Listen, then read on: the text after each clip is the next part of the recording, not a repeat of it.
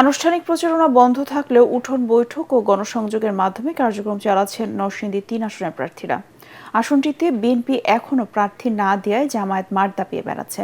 তবে বিএনপির মনোনয়ন প্রত্যাশী একাধিক প্রার্থী করছেন গণসংযোগ। রাস্তাঘাটের উন্নয়ন, যানজট নিরসন, শিক্ষার অগ্রগতির পাশাপাশি চাঁদাবাজ ও মাদক নির্মূলের প্রতিশ্রুতি দিয়ে ভোট চাইছেন প্রার্থীরা। বিস্তারিত জামিল হাসান শান্ত রিপোর্টে।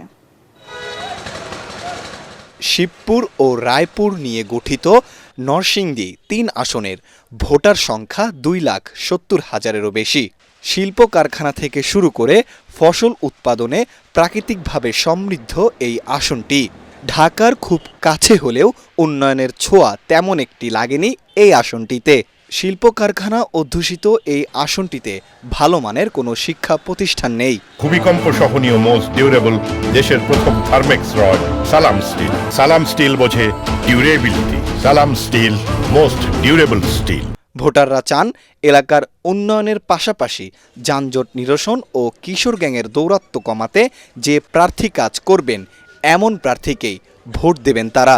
সমগ্র বাংলাদেশের জন্য নির্বাচনটা সুষ্ঠু এবং পরিবেশ খুব ভালো থাকে এবং সঠিক রায়ের প্রতিফলিত যেন হয়, যাতে কোনো কারচুপি না হয়। সংসদে একজন শিক্ষিত লোক চাই, কিশোর গ্যাং মুক্ত এবং মাদক মুক্ত, আইন শৃঙ্খলা যাতে একটু উন্নত হয়। জনগণের প্রত্যাশা পূরণের আশ্বাস আর নিজেদের পরিকল্পনা নিয়ে ভোটের মাঠ চষে বেড়াচ্ছেন প্রার্থীরা।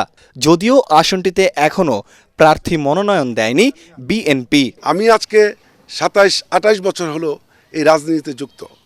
এই রাজনীতি করতে যে নিজের জন্য 10 পয়সার কোনো কাজ কিন্তু আমি আমার জন্য কোনোদিন করিনি। আমি মানুষের জন্য করি এবং যতদিন বেঁচে থাকে মানুষের জন্য করব, এই ব্রত নিয়েই কিন্তু আমি মাঠে আছি, মাঠে থাকবো ইনশাআল্লাহ। দুর্নীতি দূর করার জন্য কাজ করব, ছেলেমেয়েদের মাদক থেকে দূরের চেষ্টা করব, ছেলেমেয়েদের দেশের জন্য ভাবে ভালো করে পড়াশোনা করে সেই কাজ করব।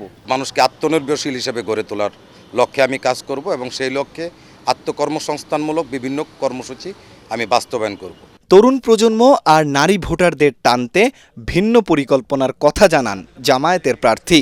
তরুণরা আর পিছনের দুর্নীতির যুগে ফিরে যেতে চায় না, তরুণরা আর পিছনের চাঁদাবাজির যুগে ফিরে যেতে চায় না। আমার বিশ্বাস আগামী দিনে নতুন বাংলাদেশ বিনির্মাণে তরুণরাই সামনের কাতারে থাকবে এবং দাঁড়িপাল্লাকে বিজয়ী করবে।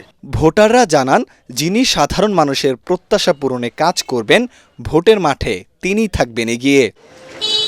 জামিল হাসান শান্ত, এটিএন বাংলা, নরসিংদী।